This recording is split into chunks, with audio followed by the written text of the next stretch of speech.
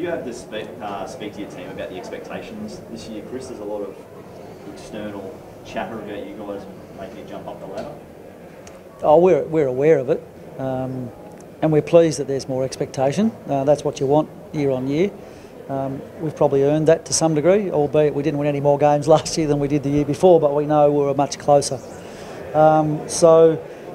We embrace that and then just move on. We just got to do pretty much a process every week and try and win every game that we can, and that's our focus. I've heard some strange things said, like, I've been asked a question, if you don't make finals this year, will the year be considered a failure? And I'm going, well, that means we've got to jump from 5 wins to 13, and if any business improves 160% in 1 year, that's a pretty good business. So I'm not sure that we can improve that much. We'll certainly aim to, but I think every club aims to make finals at this time of year. But we'll enjoy the process of getting closer to that.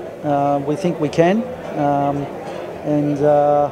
but it'll take a little bit of luck. We're still the second youngest list, It'll be a bit of a game of snakes and ladders, We'll go up a bit and sometimes we might tumble a little bit, but hopefully there's more ladders and snakes, I suppose, is what I think.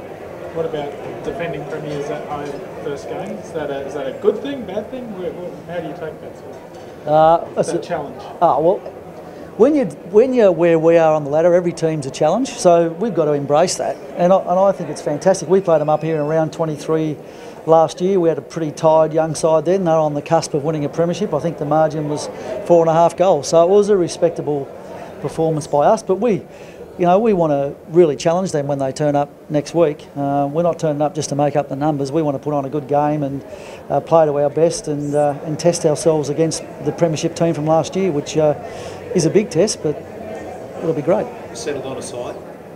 We've got selection this afternoon, so it's actually a really tough selection. We come into this weekend's round with, I think, 2 players not available for selection, Marcus Adams and Brandon Starcevic. Both those boys would have been in line for selection had they been able to play during the pre-season, but other than that, we've got a healthy list, so we might be chatting about a few, probably the last couple of spots for a fair while. What about your ruckman? Yep. Ruckman, yeah. Mm-hmm. Is that one of the hardest calls you're going to have to make? Yeah, it'll be a tough call. Archie's been good over the pre-season. Steph played really well against Melbourne once he's returned from injury. Oscar McInerney, who plays forward but is a very good ruckman, is also in that equation. So it'll be one of the things that we debate for sure. Has Darcy Gardner done enough, or has he still got 100% sort of prove his fitness?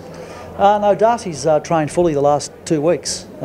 Just unfortunate for him, we haven't been able to play a game in that period of time. But his rehab has been sensational. He's a total professional.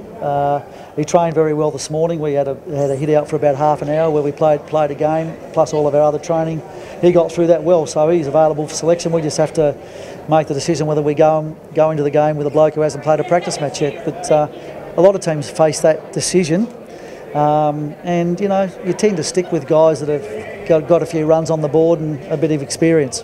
Thanks. With the ruckman combinations, the 3 ruckman, Oscar, Archie and Steph, very different. Can all 3 of them go forward, or do you have to? Is it an either or with Steph and? Yeah, I don't think we can play all 3 of them.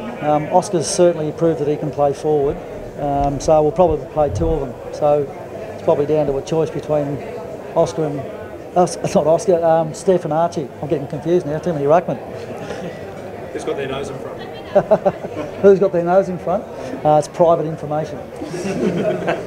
How's Lachie Neale's preparation been coming into his debut for the club? Lachie Neale has been sensational. He's had a great pre-season. He hasn't missed a beat. Played all our practice games. To tell you the truth, he had the opportunity to play AFLX and he opted to play in our practice game against Gold Coast because he felt like he needed to get to learn his new teammates and their habits and how they go about things. So he's really put the club first since he's arrived. He's had a positive impact on all the guys around him, and I'm sure we have a big influence on our performance this year, as will some of the other recruits that we've got into the club, and some of our younger players who I feel like have really improved over the pre-season. Thanks. the mental health of players has sort of reared up in the last few days with what happened over in the West. How much of a focus do you guys put on maintaining that mental health of your young guys? Yeah, look, the first thing we try and do is create a great environment for them where they feel like they can enjoy themselves, they can improve on a daily basis, and that they can be themselves. You know, we need to make it a bit of a cocoon around them in a sense to support them and help them. I think that's the first thing our club tries to do. We've done a lot of education of our staff around mental health. We had 2 4-hour workshops over the pre-season just looking at mental health first aid, the ability to recognise when people are struggling, how you can help, etc, etc.